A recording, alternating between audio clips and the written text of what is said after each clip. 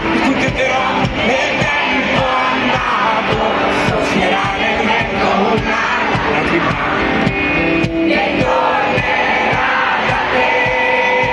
E dirti